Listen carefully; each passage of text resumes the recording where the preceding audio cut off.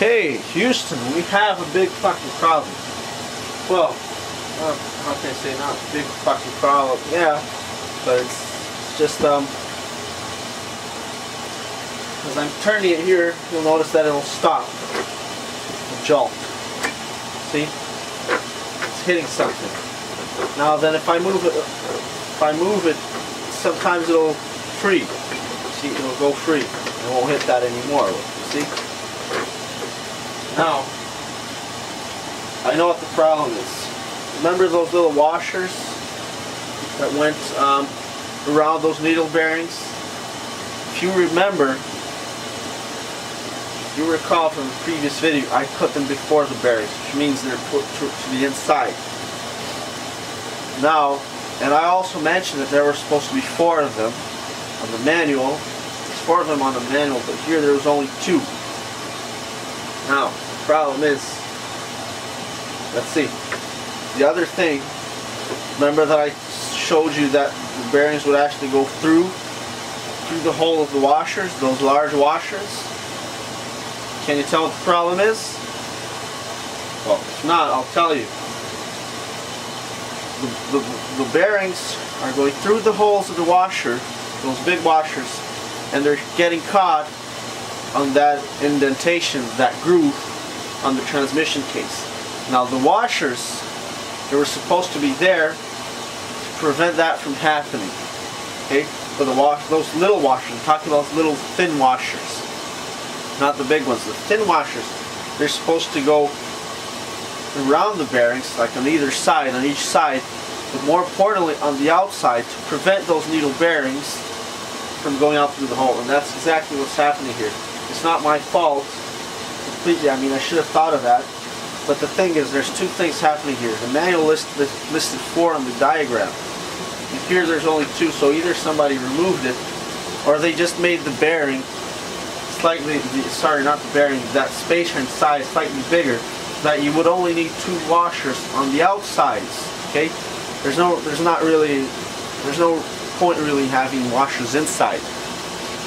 But right, so that's what I'm thinking. Or either somebody, but it's not a big deal if there's no washers inside, because they're just maybe going to move side to side slightly, ever so slightly, 1 millimeter or something like that. It's a really thin washer. But outside, the bearings are going through those holes, those little Mickey Mouse shaped holes, remember? And those Mickey Mouse shaped holes are there so that the oil can get in to the needle bearings, okay? So, fuck, we're going to have to disassemble everything. But it's going to be a lot easier because once I put the washers outside, there's not going to be a need for me to put my finger or my hands to prevent the needles from falling out, the bearings from falling out, because the little washer is going to be there. So it's going to be a lot easier. But it is a little bit of a pain in the ass, I must admit. And I mean, see, that's what I often say in my videos. There's a standard, and there's my standard. It's always higher than these guys' standards, okay? First of all, you see here, that's where the shaft goes. If it was me, I would have designed this hole bigger. You'd be able to put the needle bearings through here, and then all you'd have to do is put a cap here, a washer. No, not a washer, a cap, yeah. Right, to prevent the bearings from falling out. And it would be really easy to just put everything together. None of this fucking, dummy shaft bullshit. You just slide the shaft in here, and there's extra clearance, it's really easy to slide in because there's a space for the bearings, the little cylinders. Little cylinders would go around here. You just put them with your fingers here, and on the other side the same thing. And you just put a cap for them not to fall out. And here, there's nothing that goes here. There's a space here, so I could even machine it if I had time and more money. And I wasn't in a hurry. That's what I do. I machine this out bigger, and I put the needle bearings here, not in there. And I probably put longer bearings in. You know, if I did it this way, I'd be able to put bearings here to there. But they didn't want it that. Just fucking stupid. And besides, you know, the problem with manuals is,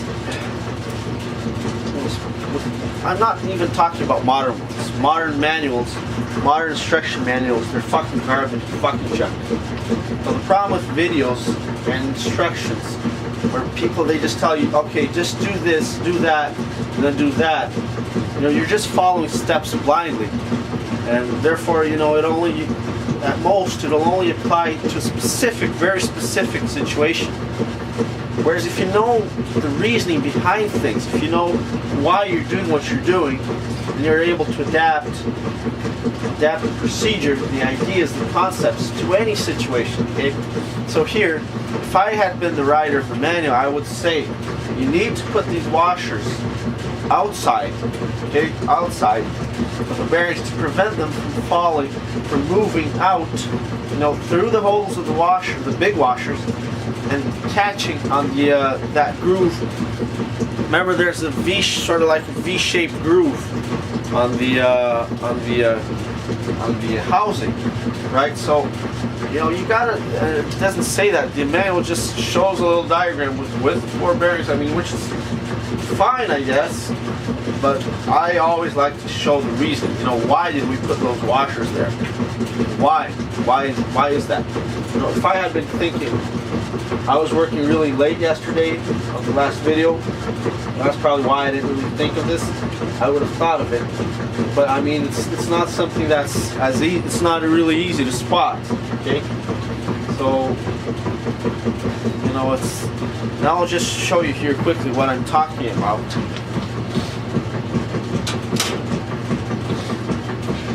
Give me 1 second here.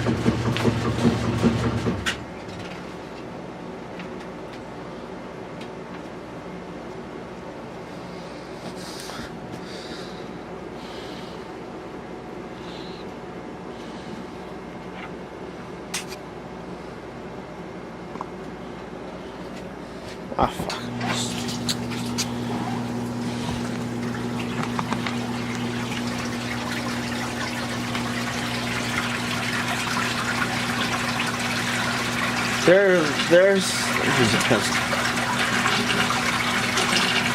There's one of the little washers. Here's the big washer.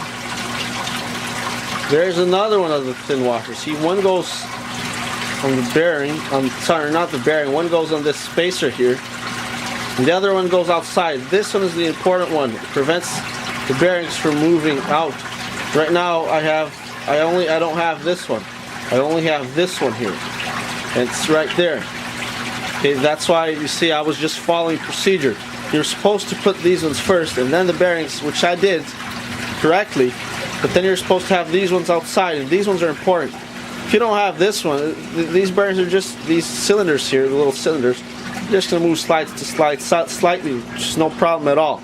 Or the manufacturer might have made this spacer here bigger so that you wouldn't need the washers here on the inside. But these washers here, they prevent these bearings, these little cylinders, from moving out through these holes here. And on the diagram, you don't actually see the Mickey Mouse shaped ear holes. It's not there. So, you know, this manual, these classic car manuals, they literally show you everything, how to do everything. Okay, piston rings, change piston rings, how to machine your own engine. Okay, you could do that back then, right? But you know, it's still, you know, I guess it was more geared towards, you know, professional. Not professional, I mean like full-time mechanics, that they'd sort of infer the things that are obvious to them but not so obvious to you know, somebody that's not used to doing this every day. But you know, even so, it should mention these things. It's very important. You know, I could easily, fortunately I know that I should test by hand. You should always do this in any sort of gear-like structure, and you know, you should always test things by hand before putting them in the car. If I had just gone straight and put this in the car, it would have ruined the bearings there, and that would have really been a pain in the fucking ass. There are places that sell those bearings. I had to either buy them, or I'd have to go to the machine shop, or the metal parts place, and buy a metal rod, which is, I mean, it's not too difficult, right? It's not too big of a deal either. Was a modern transmission? Oh fuck! I mean, I'm not even going to talk about those fucking garbages. But there's another diagram here. Here you can see it clearly there. Spacer washers, you see? One on the inside, and there's supposed to be one on the outside, so a total of 4. There's only 2 of them here. Now the thing is, apparently, I know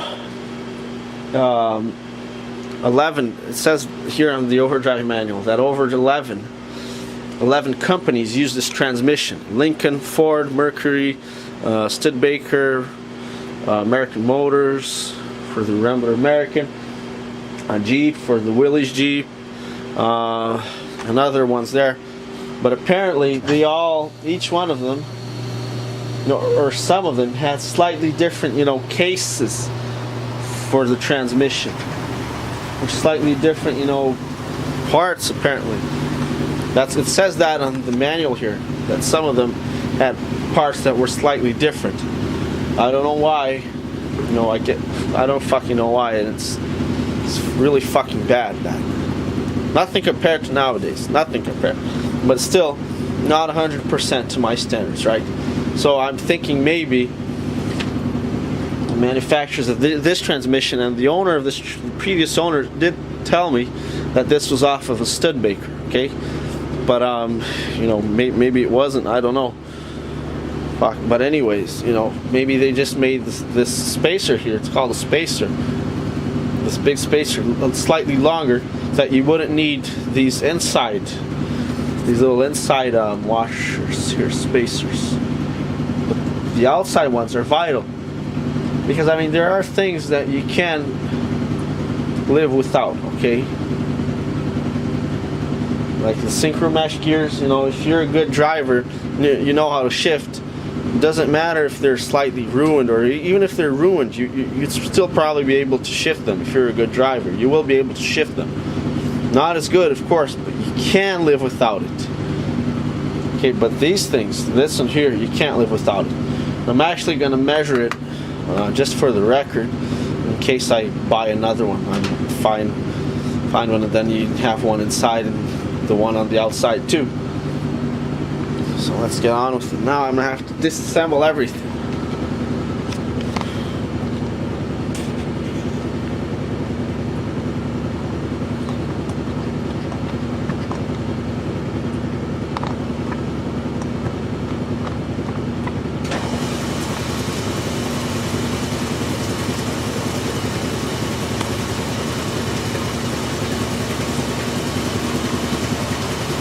Fuck, sake.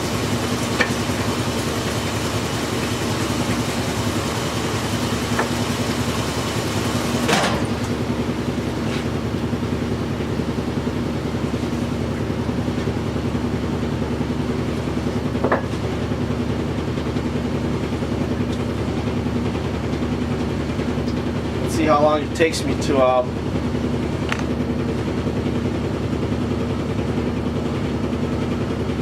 disassemble and reassemble this. I'm talking for the most part of the video, right? Pardon.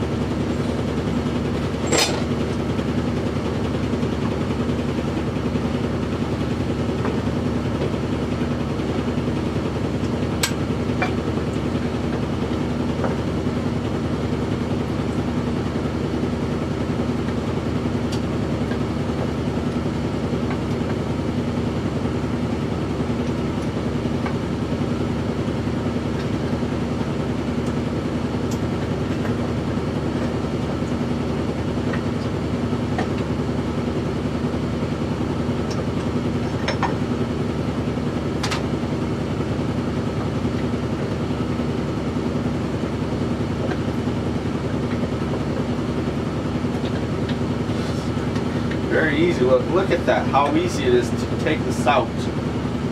The idea is the same putting it back together. Shit, I should have applied it here for you guys to see, but it's just, you're just twisting it away,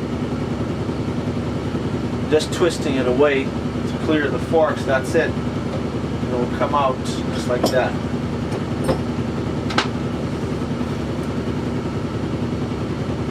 And I might as well just mention this. Here, there's those removable teeth. Right there. They have a little crest at the top. I believe that serves to keep the this gear here, the synchro mesh gear, in the center, in the middle. If it's off to the side, then it'll engage. There's a danger of engaging the gears accidentally, right? So if this moves slightly, you hit a rock, or I don't know, some fucking branch, and it moves to the shift lever. But it doesn't matter at all. On my other, on the Rambler American, it's actually missing that, and I've used it for a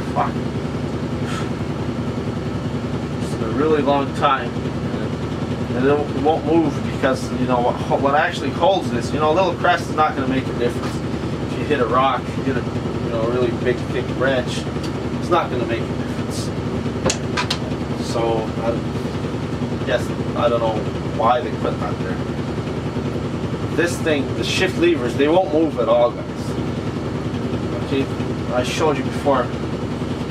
These things here, they won't move. Okay, I mean, if you're like neutral, let's say you're in first gear, there's no fucking way you can engage third gear, okay, or second gear without moving. It's really strong. It's really in there, If you hit it with the hammer, let's say, for example, like this. Let's say you're in first gear or reverse, whatever.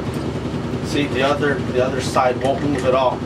I mean, you'd have to really hit this, and I mean, you'd break this, you'd break the wrench, or you'd break the this post here, whatever you want to call it. But it's not going to move the gear. Okay, so it's very indestructible, very safe. Okay.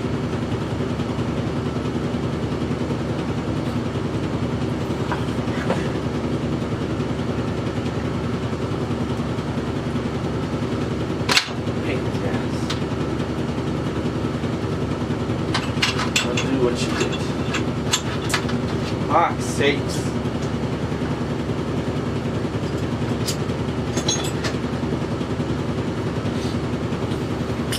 Not fun at all.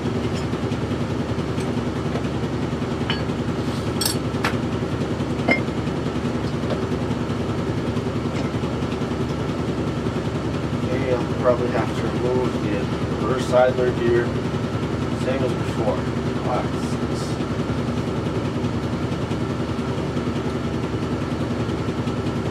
Tilt it this way, and it will turn clear here. See, and it will turn freely. See, now it's turning freely. The bearings are falling out on this side. They go through the washer, holes, the Mickey Mouse holes, and into that groove. Fuck. I'm just going to dump, there's still a lot of oil, I'm just going to dump this oil out.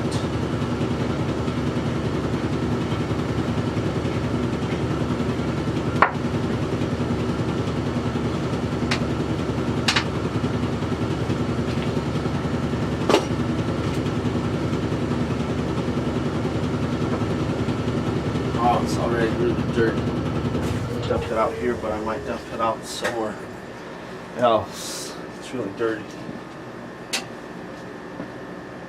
Oh fuck, it's gonna be really dirty anyway. All those crevices there, there's no way I could get the the surface rust out. Need some sort of special chemical, or I don't know, sandblast it or something. But it doesn't matter. I mean, there's no chunks and big pieces, that'll damage the gears. We're fine. Surface rust will come out, and you can't get it out. You just get it out with the next transmission oil change. Ah, fucking bitch. I have to undo everything that I did.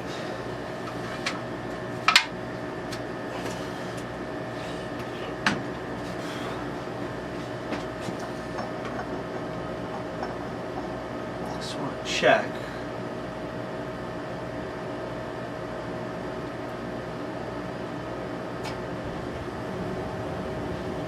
This here, it's exactly the same width as this gear in the middle. Hang on. Careful, don't drop the housing.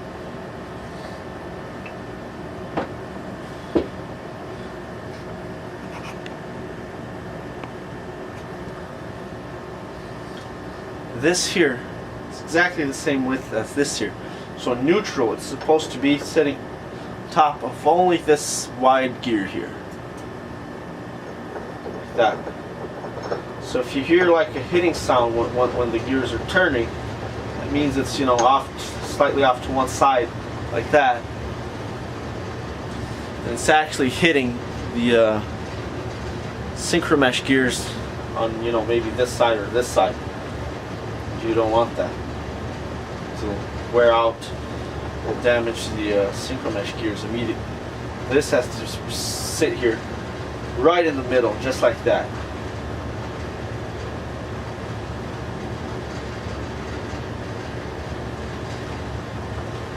I mean, there are adjustments for this. You can adjust it here on the lever. Actually, it's supposed to stay like this, but we'll worry about that later. Now I just gotta. I literally have to undo everything because I have to remove the bearings of the little needles there. So, here we go.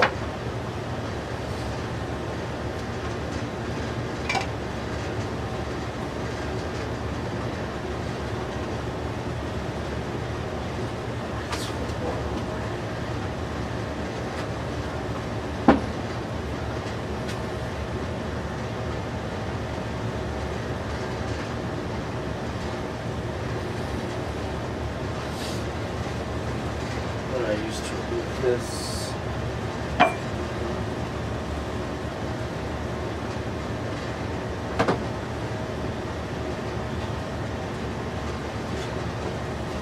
Little transmission, a shift fork from a Honda Civic garbage car.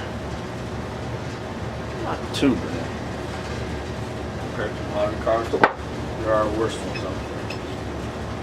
Use it like that to remove that shift, that not shift lever, this little tab here. Out really easily. Later on here.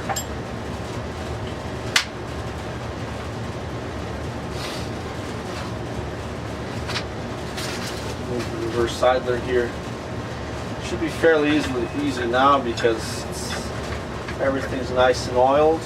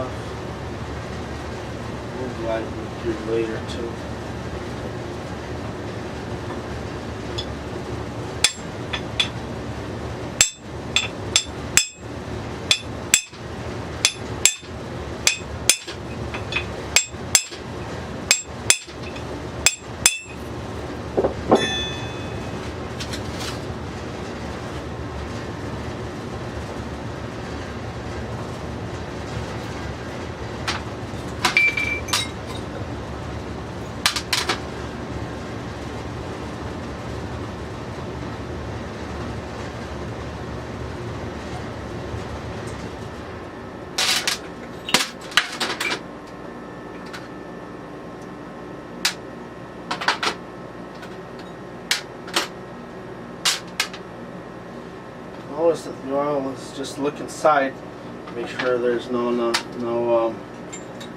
bearings in there. Yeah, I mean, don't drop it in the case, but it's not a big deal. Didn't drop any of them in the case. That's really good.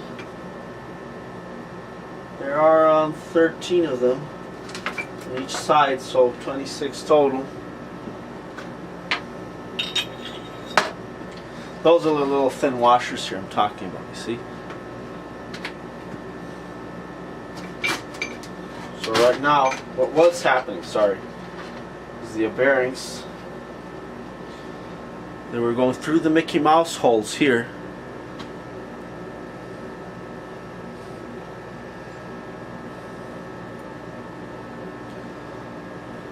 Like that. And they were getting caught in the that indentation, that groove on the housing. Now with the washers, the little thin washers outside, I'll show you what's going to happen. That won't happen because, see, they're going to prevent bearings from falling out, from moving out, you see? See that? So now it's a pain in the ass. Like, I mean, there's just a lot of oil and all sorts of shit here.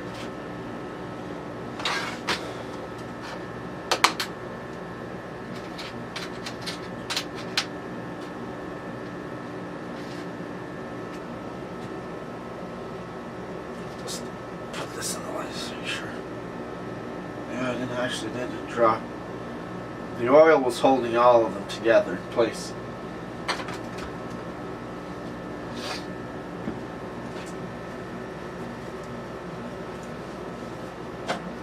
But now it'll be easier. Let's move this to the side here. Just as before, get that dummy shaft.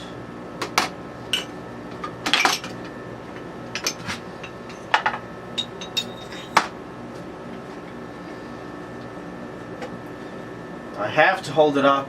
I have to hold the dummy shaft with my finger because remember, it's that much shorter down here, about ½ inch. It's half inch shorter on each end to accommodate the bearings, right?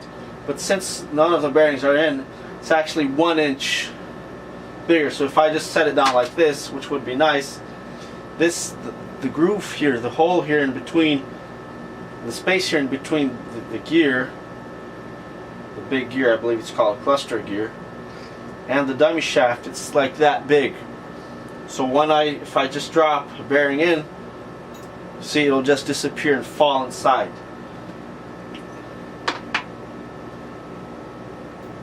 So that's why I need to put my finger in through there. So that the bearing is almost sticking out almost outside now. Now I can put see? Now you can see what I'm doing in the little cylinders aren't going all the way in to the middle.